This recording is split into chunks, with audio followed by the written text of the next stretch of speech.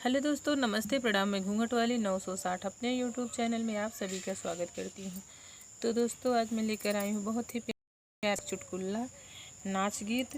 गीत को पूरा सुनिएगा दोस्तों। गीत कैसी लगी कमेंट में ज़रूर बताइएगा। और प्लीज़ आप सबसे हाथ जोड़कर रिक्वेस्ट है, मेरे चैनल को आगे बढ़ाइएगा।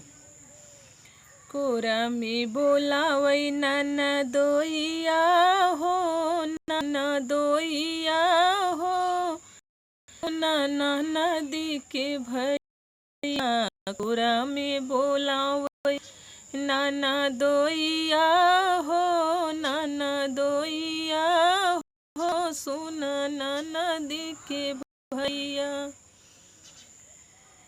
जाई बजरिया लियावे जलेबिया, आई बजरिया लियावे जलेबिया।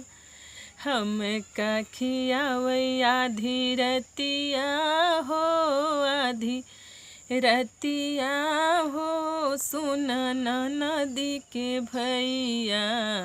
कोरा में बोलावई नन दोइया हो, नन दोइया हो, सुन नदी के भैया।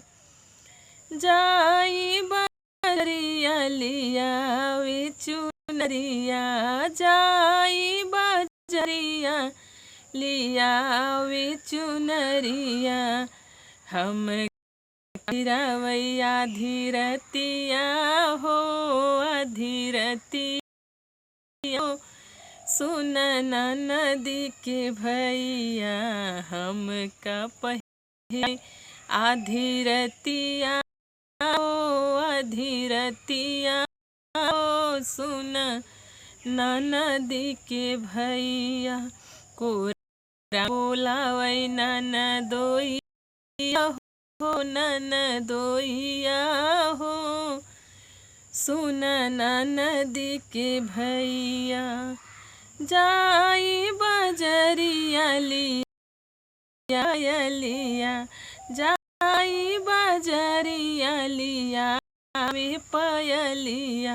हम पहिरावई आधी रतिया हो, आधी रतिया हो, सुन नदी के भैया।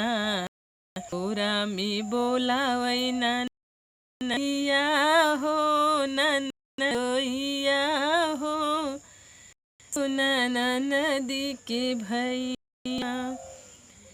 तो दोस्तों, था मेरा प्यारा सा चुटकुला, एक नाच गीत, कहरवा नाच। आप सबको गीत कैसी लगी दोस्तों कमेंट में जरूर का।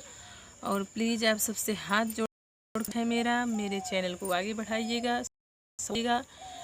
फिर मिलूंगी दोस्तों कोई अगली नेक्स्ट वीडियो में अच्छी गीत के साथ।